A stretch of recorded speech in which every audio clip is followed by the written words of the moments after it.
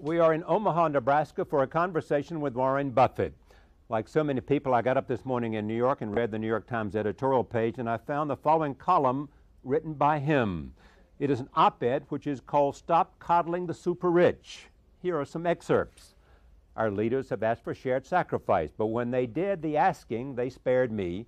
I checked with my mega-rich friends to learn what pain they were expecting. They too were left untouched. While the poor and middle class fight for us in Afghanistan, and while most Americans struggle to make ends meet, we mega-rich continue to get our extraordinary tax breaks. Buffett speaks directly to the newly designated 12-member Supercommittee of Congress, outlining the stakes for the country. Americans are rapidly losing faith in the ability of Congress to deal with our country's fiscal problems. Only action that is immediate, real, and very substantial will prevent that doubt from morphing into hopelessness. That feeling can create its own reality.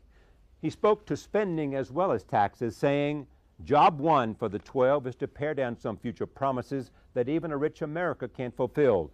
Big money must be saved here." And then he turned to his theme of taxes on the rich. The 12 should then turn to the issue of revenues. I would leave rates for 99.7% of taxpayers unchanged and continue the current 2 percentage point reduction in the employee contribution to the payroll tax. His argument is specific.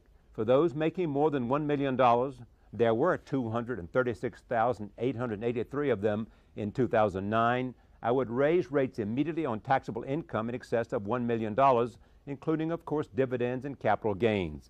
And for those who make $10 million or more, there were 8,274 in 2009. I would suggest an additional increase in rate. So there it is. At a time of great political debate about taxes and spending, one of the richest people in the world looks at his country and says, people like him should pay more taxes. Warren Buffett joins me now to talk about this column, the U.S. economy, the global economy, the deficit and the debt, and what he thinks we should do about taxes. I am pleased to have another conversation with my friend Warren Buffett. Welcome. Good to see you, Charlie. All right, this is not a new idea for you. No, it's not a new idea. I've done this 3 times in terms of checking in my office, and every time I come out to be the low taxpayer, but this time I got a little more upset than usual. So you got more upset and decided you wanted to write and express what central idea? Well, we've been hearing about shared sacrifice, and believe me, the people out there know what they're talking about on that. I mean, there is sacrifice going on all over this country, and we're talking about people making sacrifices about the promises that have been made to them in the future on some entitlements.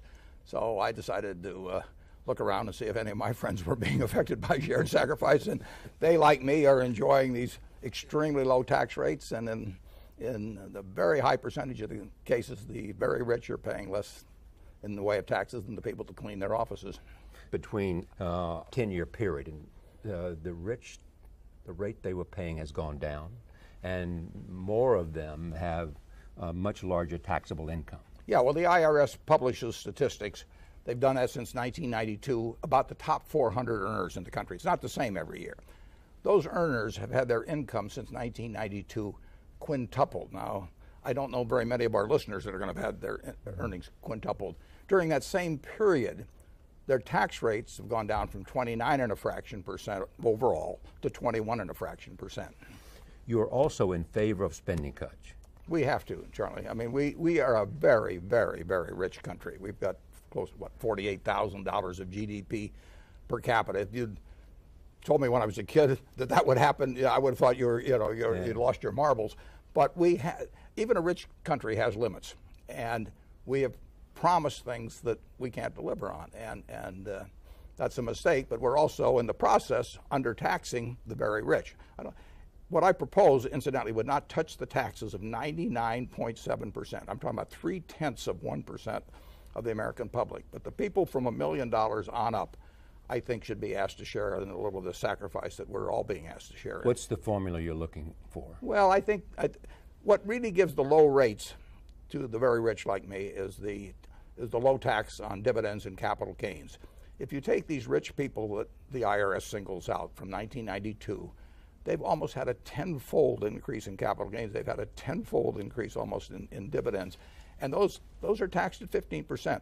And there's no payroll tax on it. Now, the payroll tax accounts for almost as much revenue to the government as the income tax. It's close. 800 billion plus on payroll taxes last year, and about 900 billion on income taxes. That's where the money comes from in Washington, and they don't get any payroll tax to speak of on my income. I've got my tax return here. We're going to take a look at them in a moment.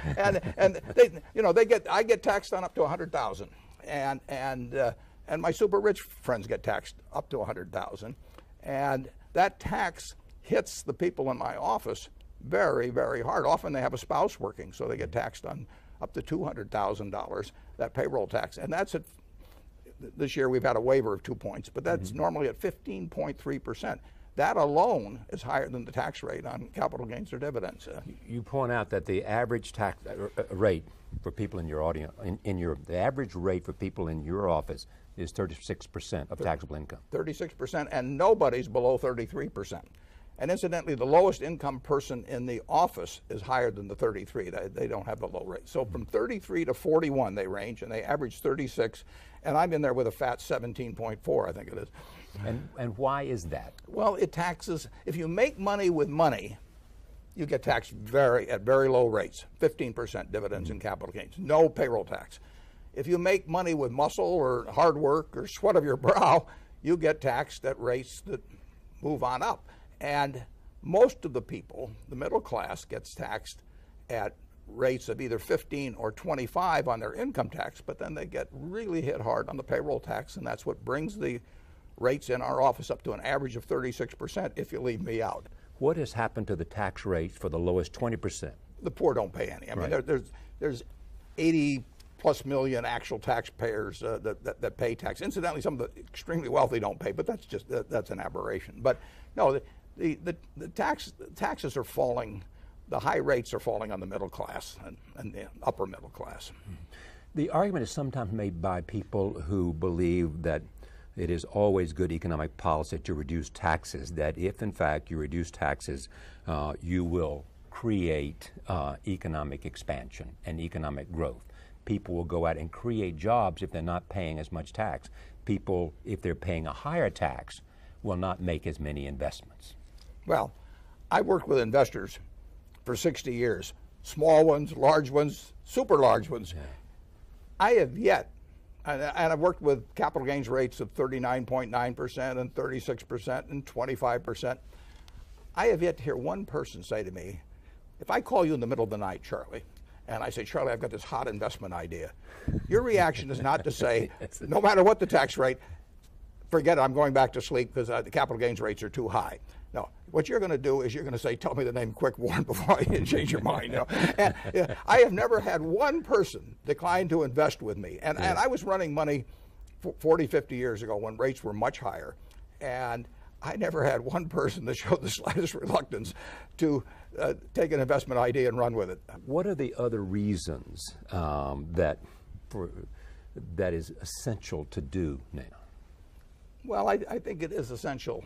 I think people are very, very upset about how their government works, and particularly how it worked during this raising the deficit ceiling period. I mean, so as I talk to people, they're very disillusioned. Howard Schultz of Starbucks came out with an article just the other day on that. So I think it's important that whatever is done restores to a degree, and can't do it overnight, but restores to a degree people's faith in the fact that their government can work.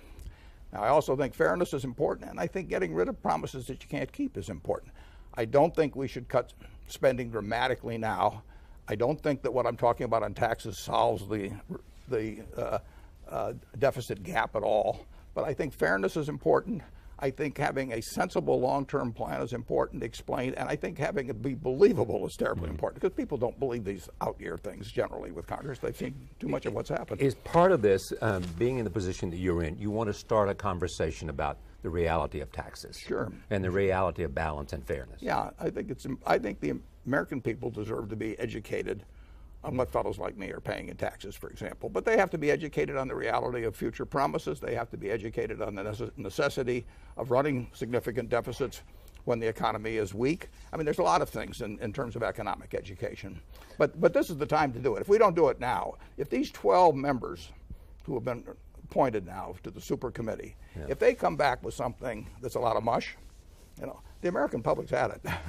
And what happens to the country? It isn't good. It isn't good. The country will still come through. Believe me, Right. we'll rise to whatever the occasion demands eventually. But we are wasting so much in the way of potential output in terms of the opportunities for people that we ought to get on with it. I mean, the job of government is to govern. Let me go to the debt ceiling debate and just talk about it for a moment. It's just like, let's just say, Charlie, that you and I agreed that after we left the studio here, we were going to go out to a track near here, and I was going to get at one end with my car, and you're going to get at the other end, and there's this line down the middle, and whichever one flinches loses his net worth to the other guy. Do you want to play? Yeah. Whether you want to play depends on how crazy you think I am. Yeah. So what do we do if we go out there? Your net worth's on the line, my net worth's on the line, the engines are revved up, and I make all these menacing gestures at you. I try to look like a You make dog me think that's you're about crazy. yeah, absolutely. And you're trying to make me think you're crazy. And we both get in our cars and we don't think the other guy's crazy. Yeah. So what do? Yeah. Right as the engines start, I throw out my steering wheel. Now you believe me, right? Well, Boehner didn't throw out the steering wheel. McConnell didn't throw out the steering wheel. But a group behind them said, throw out the steering wheel, Mr. Speaker, and make those people realize that we're not going to agree to anything that unless we get our way. And if you have a sane person dealing with somebody that you feel may be insane, by the point that when they throw out the steering wheel, you feel they're insane, you lose. And the American people lost, incidentally. Then along came Standard & Poor's and basically downgraded. Yeah. Because they said it appears that the U.S. Congress is dysfunctional and unable to deal with the issue. Yeah. You disagree with the downgrading? 100%. I mean, But you understand why they made the decision? I understand why they did it. But I will bet you McGraw-Hill owns Standard & Poor's. Right. I'll bet you if they have any short-term money around, it's in treasuries. I don't know that for sure, but they would not be worried about it that being in treasuries. And that's, in fact, what happened. Treasuries are got strong. more value. We Right. can print money.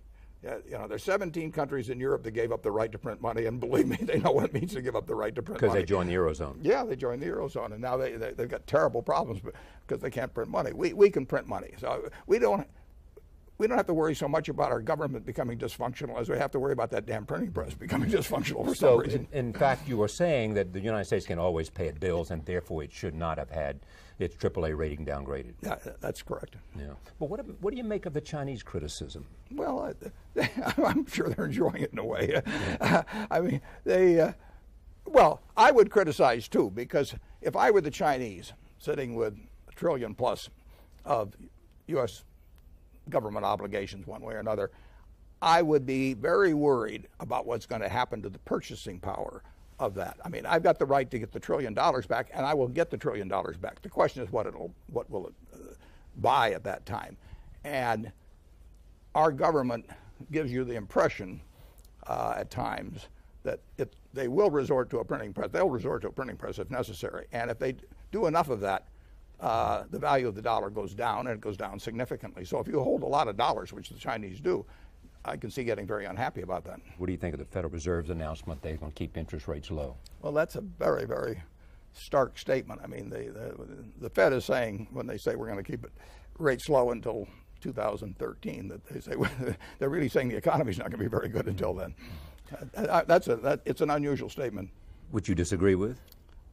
I think there's a chance they're wrong. Yeah, I think it may pick up before then. You think the U.S. economy will pick up? Yeah, the U.S. then? economy is. I think it's been picking up ever since the summer of 2009, right up to last month. I mean, I see figures on 70 plus businesses. What is unusual about this is we had a huge recession caused in large part by a housing bubble. I mean, you have 67% of the people in the United States own their own homes, roughly. Right. And those people who had a $22 trillion asset at the peak saw its value shrink dramatically. That's affecting 2/3 of the households in the United States. That had that incredible impact on the economy, and we won't come back big time until we've worked off the excess inventory that was created during our binge on housing a few years back. We are making progress on that every day, every week, every month. I mean, we are producing less houses than we are households. household formation has to increase beyond the housing construction, completion. and that's been happening for a couple of years, and it's exactly what should happen. Now, I actually read some article the other day about people talking about blowing up a few houses or something. If you blew up a million houses, you'd probably be in balance now. I'm not advocating that. And if you started having households being formed by 12-year-olds, you could speed up household formation. But we're not going to have that either. But we are going to have households being formed. That's baked into the demographic pie. You are saying that what's wrong with the American economic growth picture right now is housing and construction, right. and every one of our businesses, virtually of our 70-some businesses, are doing better quarter by quarter by quarter, except those tied to housing. But housing and things like housing is way bigger than construction workers. Unemployment will fall significantly, in my view, when we get back up to 1 million housing starts, because it won't just be construction workers. It will be our carpet workers, where we've laid off 6,000 people. It will be our brick workers, and go up and down the line. So the big recovery, we've recovered on corporate profits. We've recovered in terms of getting the banks back in shape. Banks are in good shape now. We've recovered in all kinds of areas. Corporate America is doing fine in most areas. It's not doing fine in things tied to residential construction. That won't come back until we work off the excess inventory. But the inventory is not as, the amount of excess inventory is not as high as a lot of people think, in my judgment. And that's why I say it could be before mid-2013. Going down to 8% or something? I think if when home construction's 1 million units or more running at that rate, I think we'll be at 7% or below. You have a bet with Peter Orszag, the former director of the Office of Management Budget? Yeah, but I'm talking settlement with him. What was the bet? The bet was on, by election time, that it would be down to 7.3%. And I thought housing construction would come back by that point. Yeah. And I may be wrong. I may be right, but but I will guarantee you, when housing construction gets back to 1 million units, and it can go beyond that. I mean, it could easily be 1 million too. We will have, unemployment will fall dramatically. To 6% at some point? Yeah, certainly below 7. Well, close to 6 then. By 2013. Oh, I think it's likely to happen. The Federal Reserve disagrees with me, and Bernanke's a lot smarter guy about that than I am. But we are working it off. I mean, we have never had this low a level relative to population for as long as I know the figures on. I mean, this is a huge correction of a bubble that popped. And what is necessary to take place over the next 2 years in order to increase household formation and decrease the amount of construction? Well, we're doing pretty well on the decrease of construction. Right. We've not done. Demand is a factor in that. Demand's a factor, and we artificially gave it a little boost when we went with the credit, year or two ago on purchase of homes. I think it's a mistake to try and front end it. I mean, it just delays the eventual recovery. If you've got an excess of something, if I've got too many purple dresses and I run a dress shop, I get rid of those purple dresses, and then I can start all over again with the dresses that the people want, and I mark them down to whatever it takes. You could have a bunch of rich immigrants come in, and they'd all need houses, for example. I mean, if you wanted to change your immigration policy so that you let 500,000 families in, but they had to have a significant net worth and everything, you'd solve things very quickly. But naturally, it's being solved. Capitalism is solving this. What we're fortunate in is Japan has a declining population. I mean, if they get an excess of something, it isn't going to get worked off.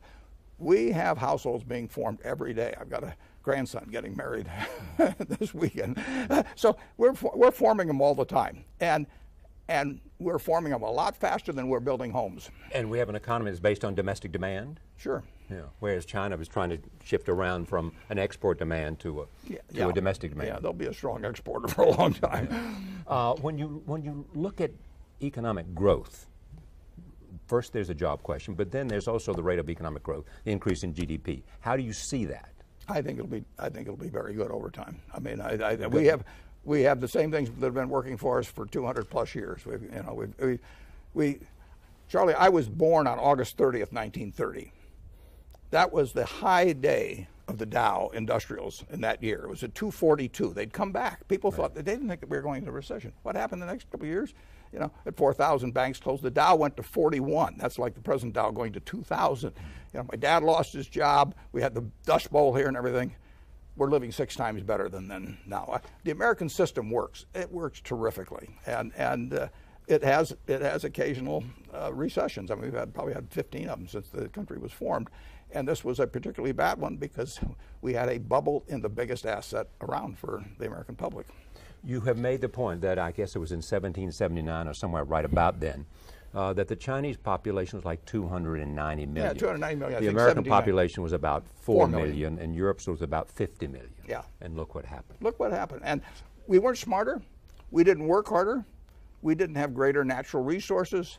We just had a system that worked, and they've been smart enough to catch on. Okay, but there are interesting things that are at work as well. The demographics are at work. So they have more domestic demand possibilities in China because of their population, or in India because of their population, or in Brazil and places like that. Some will argue that it's going to be a much more competitive environment for the United States. While we may have a system, other people are learning from our system, and they also have some built-in advantages that we don't have. Yeah, they've gotten smarter about things. I mean, if you go back 50 years in China, the Chinese were just as smart then. They worked just as hard, but they weren't getting results. And now they're getting incredible results. They picked up on the system, but that's not bad for us. I mean, we do not, the world isn't a zero-sum game at all. We want the rest of the world to prosper. We'll sell them a lot of things. You know, most people don't realize it, but our exports as a percentage of GDP have doubled in the last 40 years. You know, we have become better at exporting things, but just we like to import a lot better. Two big debates coming up in terms of this country and a political season. One is about taxes, which you're speaking to in this piece, basically saying the rich ought to pay more. The other is the role of government. A debate. How do you see that debate? Well, I think if we get back on more or less the formula we had, which was getting 18.5 or 19% of our revenues from taxes, we can spend 21% then. We can run a deficit of a couple percent of GDP on average over time because our country will grow, and we have a lot more debt-paying capacity than we had back in 1790.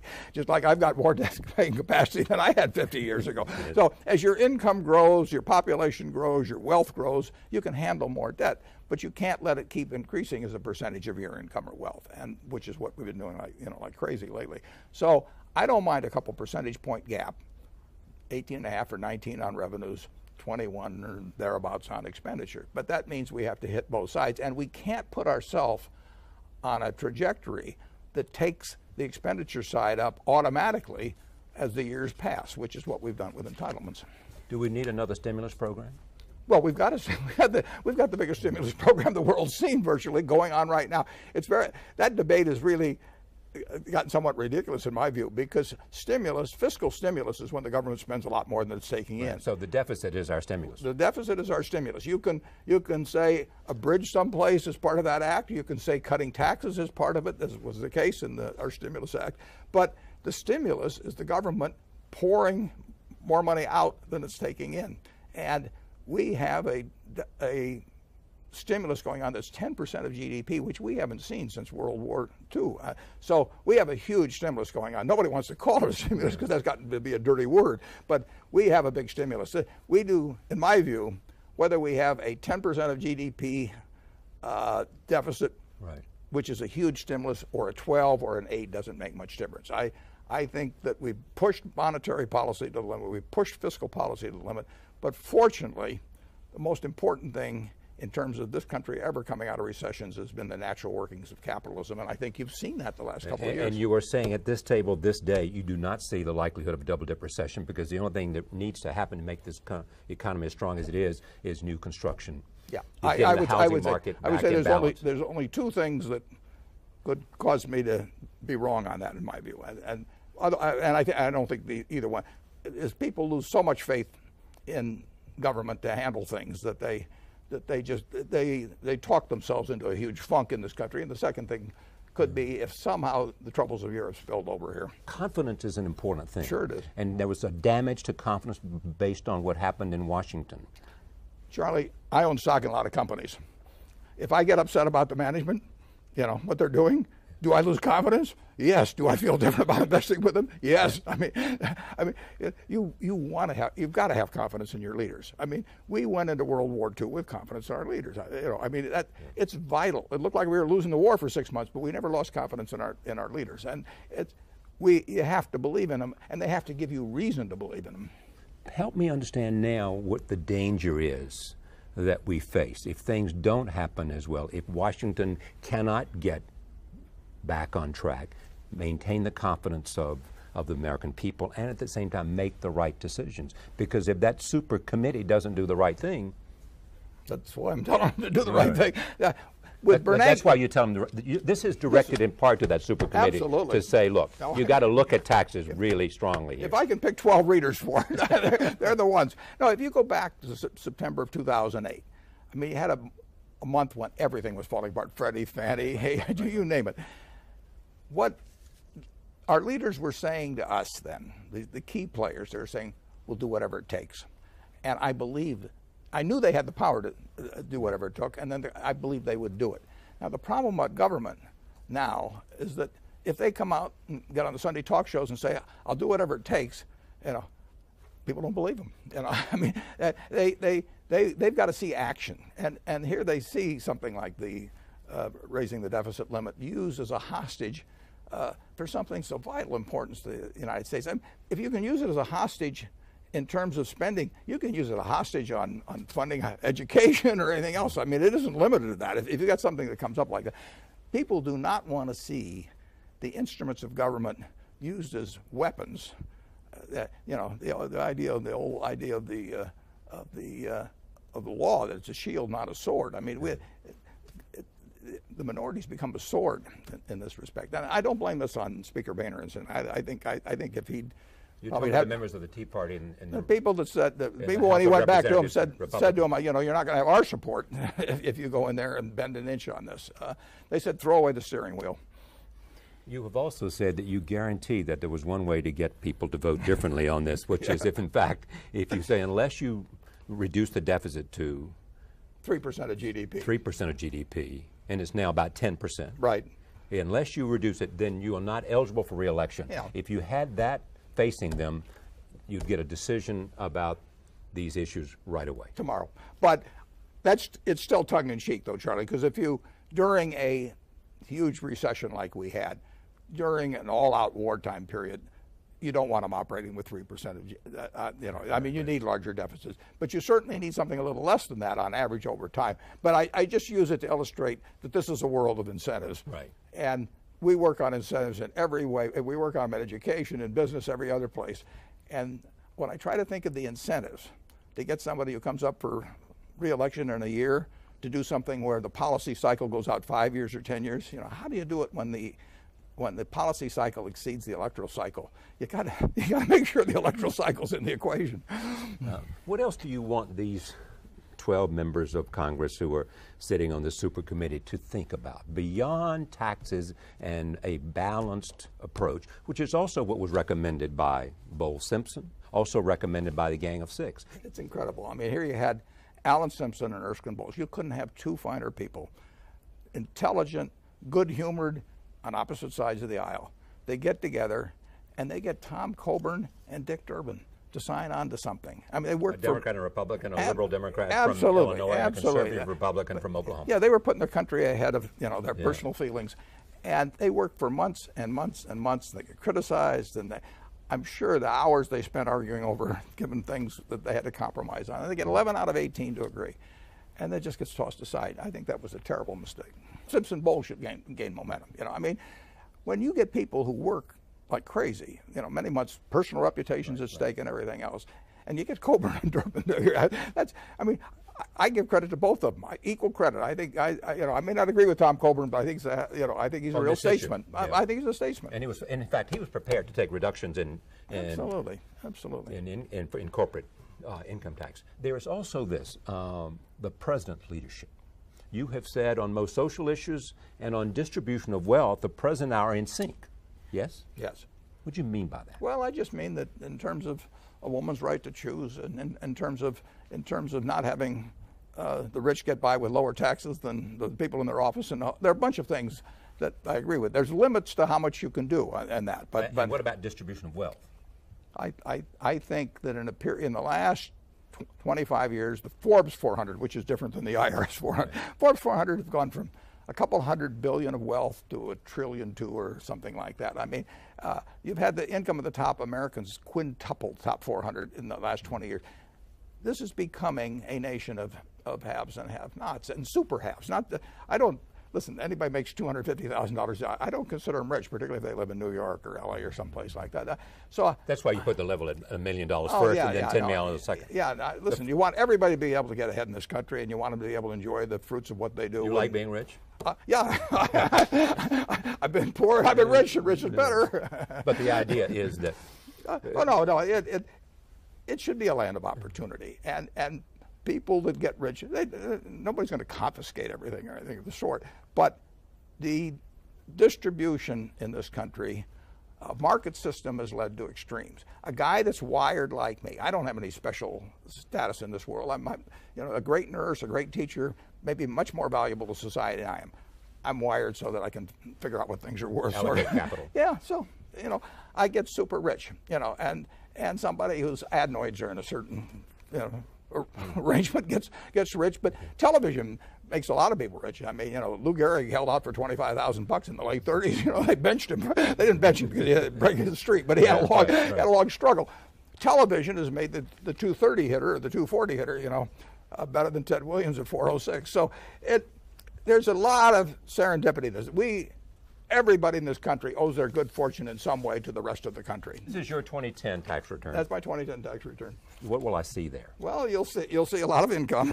You'll see adjusted gross income of about $62 million. Right. But then you're only entitled to deduct 30% of your contribution. I gave away a lot. So I've got a charitable carry forward of about $10 billion. I don't think I'm going to use it up. But then you get to taxable income, and I've got $39.8 million, and then you get down to tax, and I got $6.9 million. And that comes to what percent of taxable income? I think it comes to 17.4. 17%. I added and in other people in your office are paying an average between of 36%. 36, 33 to 41. Nobody's below 33. Nobody's below 33. I think they're going to have to. How much of that has to do with the payroll tax? Well, a lot, because they all pay it. I pay it incidentally, but it's $15,000 for me. $15,300. And it's $15,300 for all the people in the office, pretty much. And many of them have spouses where it's another $15,300 for the spouse. So with some of them, it's $30,000, and that's a lot of money to them. A lot. You said you want the 12 most important people can read this are the people in Congress who are on the CEPA committee. What else can be done to give it legs? Well, I hope the Times is a launching pad. I think that it's a subject worth serious discussion, and I already heard from somebody this morning that they're putting on Facebook. I never thought of social media as being a way to they're putting this column on Facebook so we get a wider and a different distribution. Yeah. The 600 million. I think if the public is educated on what goes on, I think their representatives will follow through to some extent. I think some members of Congress don't even understand that, probably. I invite them to take their own tax return, and make the same calculation I did. And incidentally, I don't have a tax shelter. I've never had a tax shelter. I don't drill for oil. I don't do any of that kind of stuff. The Congress has been my tax advisor. I mean, they're taking care of me.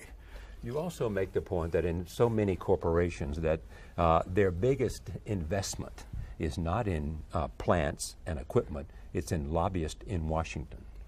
So therefore they get deductions so that their effective tax rate is also much less whatever the maximum corporate tax rate is. Yeah, well, that's true, and they're entitled, incidentally, to try and, there is a big rule book up there, and if the rule book's got flaws in it, the thing to do is to change the rule book, not count on everybody being on the honor system. The rule book is what counts, and I'm probably creating a lot of a business for the lobbyists now, because they'll be very busy defending the present situation. But I think it's the rule book that has to be looked at. Do we need tax reform? Yeah, I think so. But I think I would cure what I wrote about in the New York Times this morning first. That's very easy to do those two things. And that doesn't solve everything, Charlie. And it would go ahead. It probably tops. It would be $50 billion a year. Now everybody talks in terms of 10 years now, so it'd be $500 billion over 10 years. But this doesn't close the gap. I want to move up toward that 18.5 or 19, and I hope we get a lot of it out of growth. But I think it's kind of silly at this point to count entirely on that. And I think we've got to move the expenditures down to 21 or thereabouts percent. How do you measure President Obama's leadership on this? Because he could have done more to be in support of Simpson Bowles. Yeah, he could have been out earlier. I wish he'd been. I wish he had. Both sides were afraid to touch Simpson Bowles. I mean, that's pretty clear. I mean, it made too much sense. They didn't want to be associated with it. I would say this, though, in terms of the deficit limit negotiations, when the other guy throws the steering wheel out the window, you've got a problem. I mean, if you and I get in those cars and I see you throw the steering wheel out, I give up. You win.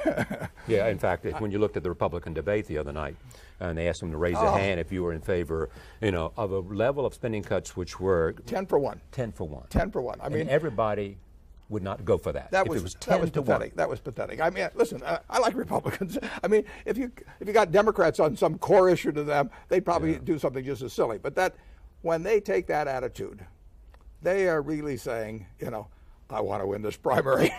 They are saying that the country be damned, I want to win this primary.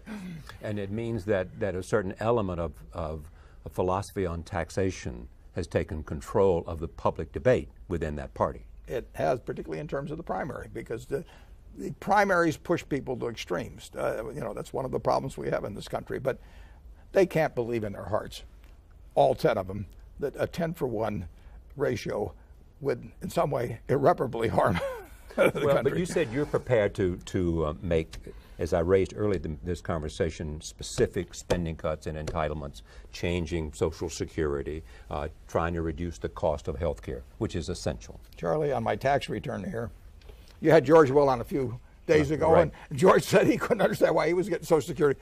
Here it is. Social Security benefits, $32,680. You get $32,000. $32,680. Right. And you even don't need it. A portion of it's tax free, not a very big portion in my case. But so you make it means test. Oh, in a second. I mean, I think the idea when we've got this very, very rich family in this country, a lot of us have troubles. 60 million people live in households where the income is $21,000 a year or less. And I say to people who say, we shouldn't raise taxes, just try that for a few weeks. I mean, just try it. So I think that when we're going to have to do things that are even a little bit tough on them, maybe, I think you've got to come after some of us. And it certainly shouldn't be giving me Social Security. It's deposited in my bank account every month without me even knowing about it. Where does this populist instinct in you come from? I was born lucky. I was born in the United States of America. The odds were at least 30 to 1 against that. I didn't have anything to do with that. I was born wired for capitalization. I didn't have anything to do with that. So here I am. I won the ovarian lottery the day I was born. A lot of people don't. They go off to Afghanistan and fight for us to preserve things for me. I mean, when some of my friends complain about their taxes, I feel like saying, let's continue this conversation on the shores of Normandy. Let's just go over there and we'll just talk about this, how terrible your situation is. And I really think this country works wonderfully on a market system, and we don't want to give it up. We have to control that market system in many ways, but it works. It works with the kind of incentives we have. It works with equality of opportunity. It's not perfect, but we've tried it. We've tried for it over the time. But the lucky ones still prosper incredibly disproportionately, under this. I'm not for having some kind of a czar and Washington decides what's proper for everybody, but I do think something that thinks about the 60 million people that are living at $21,000 a year or less in their household. I think a rich society should think about them a little bit every day. That's the America you believe in. Yeah, it is. I think it's the America most people believe in. Are you okay by Dodd-Frank, that in fact that was the appropriate reform to do? I haven't read it, Charlie. I think that there's two things that are needed to keep the financial system from going crazy. One is keeping some limits on leverage, and we didn't do a very good job of that last time. And incidentally, Dodd-Frank's devoted to that a little bit, isn't it? Yeah, but Congress, they encouraged huge leverage in Fannie and Freddie. That's where the money was. The second thing is having the proper incentives for people at the top of important financial institutions.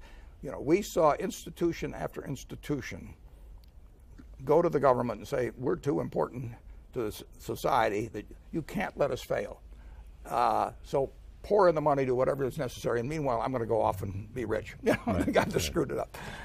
I think you've got to have downside, really drastic downside, for the people that run financial institutions, big ones that get into trouble. And we need those incentives, and I don't think they've attacked that yet. That can be done through the board of directors. Too big to fail continues to exist. Too big to fail will always exist.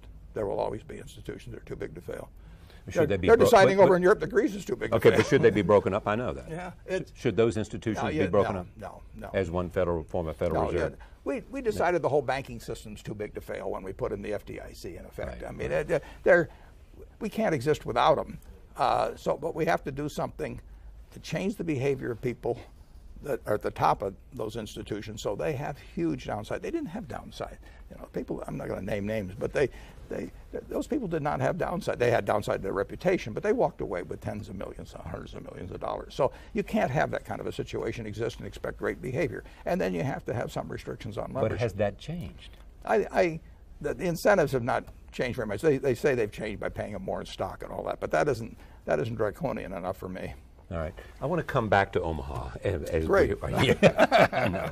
But and look at just what the lessons of Berkshire Hathaway are for you. I mean, most of your businesses are growing. Yeah. Railroad's growing. Everything's growing. Everything's growing. Pretty much. Mm-hmm. You are finding that you need to hire new people? Sure. We're investing a record $7 billion this year in capital investment, almost all of which is in the United States. That's at least $1 billion more than we've ever invested in the past. There's plenty of things to do here.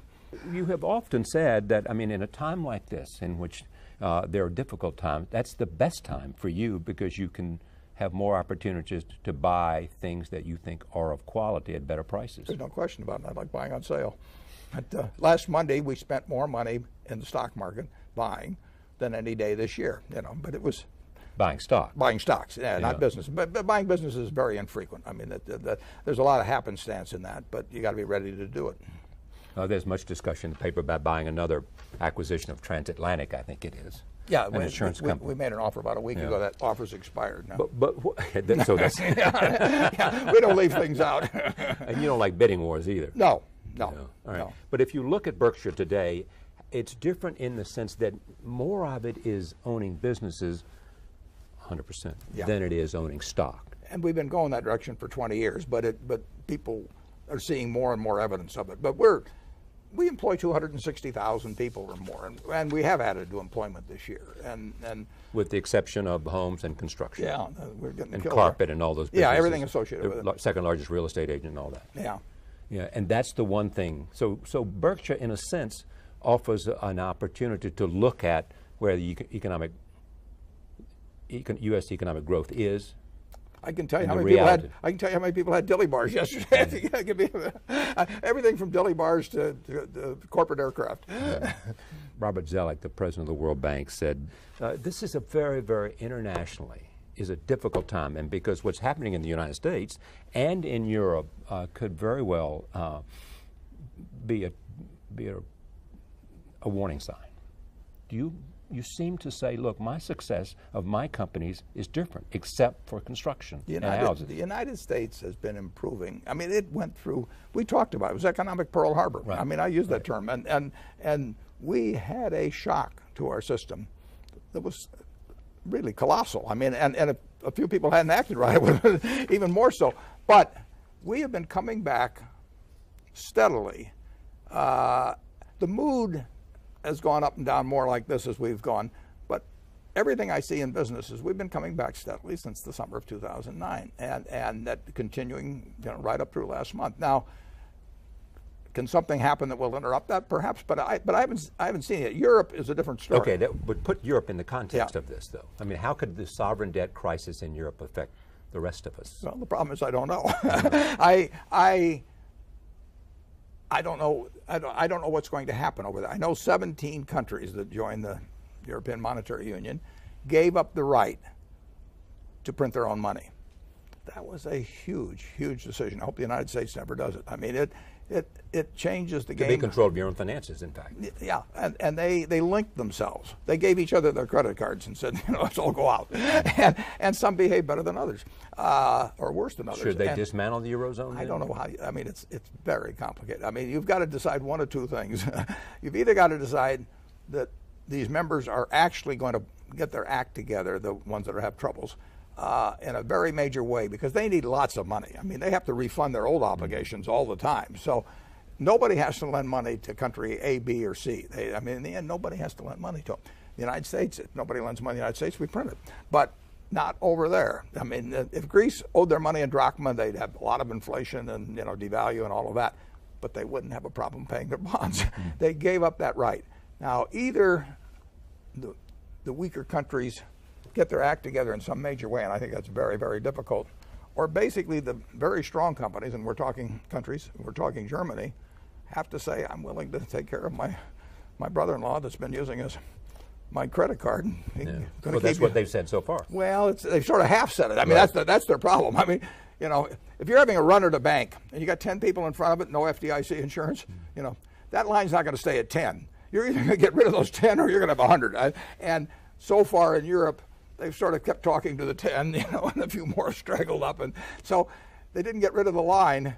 And when there's a run, the line only gets longer unless it gets taken care of very quickly.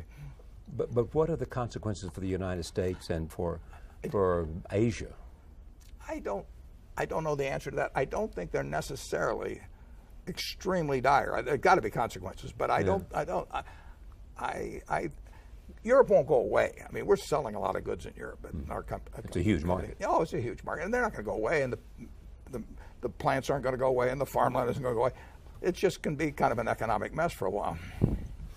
You have said before that to me and to others that Berkshire is your canvas that you paint on. It's your masterpiece. Well, I don't know about masterpiece, but it's my canvas.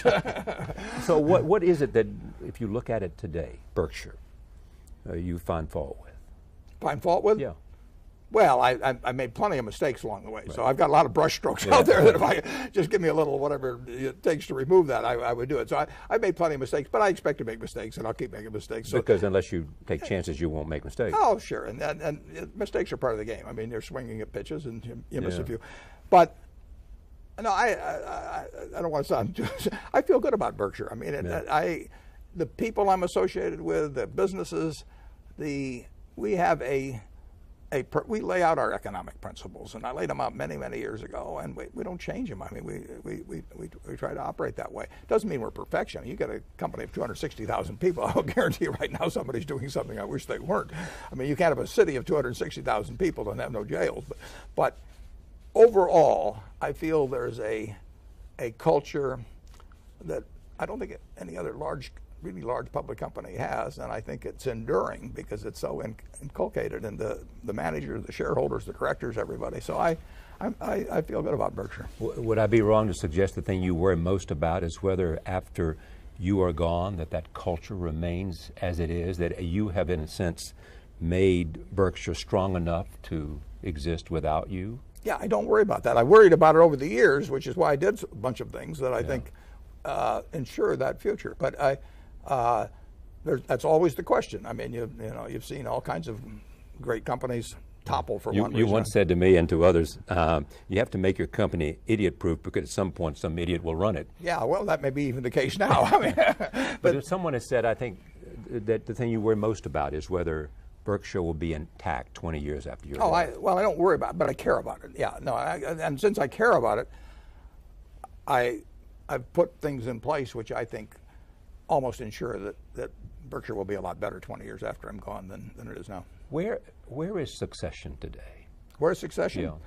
If I die tonight, tomorrow morning it won't take the board an hour to have announced who the new CEO is. Absolutely. They know exactly who it is, and they agree. But it may change 6 months from now. It's unlikely to change 6 months from now, but it could. I mean, that person could die. Is there a list of people or one person? There's several people, but there's one person they've all agreed on. Takes over CEO. Yeah, and there should be. I mean, there's no reason to have the board of directors start thinking about who the CEO should be the day after the present CEO leaves. I mean, they've neglected their job if they do that. Was the Sokol affair the thing that caused you most angst because it had to do with judgment of? Well, it caused angst. Yeah, I don't know whether it's the most in my business life, but it was up there. Yeah. When you think about whatever legacy there is, your legacy is Berkshire Hathaway beyond family and philanthropy. Yeah. Well, I'll settle for those. You quoted Christopher Wren, Sir Yeah. Christopher Wren, who I think created St. Paul's Cathedral. That's right. He's buried there too. And if you go there, the epitaph he has written for himself is, I'll paraphrase it maybe a little, but if you seek my monument, look about you. And I say that's the way we should think about this country. I mean, this country is a monument to what was done a few hundred years ago and the people that have followed. I mean, it's incredible. Just think if you, back in 1790, you say, I want to create a monument to this new country I'm giving you. And you'd envisioned the country of 2011. I don't think anybody would have dreamt big enough. You know, I mean, this is something to, and so I just, you know, when I fly across the country or that thought occurs to me that if you really seek this country's monument, if you seek our founding fathers' monument, just look around you. and you worry today that there's some threat to that. Not because the system is not right, not because the system is not strong enough, but you worry that there are things happening that will make it less great if they are not addressed. I think we're being tested, Charlie, yes. But we were tested in the Civil War.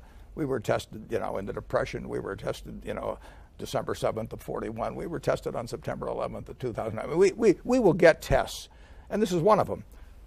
We'll surmount them, but I would just as soon get on with the job of surmounting them now.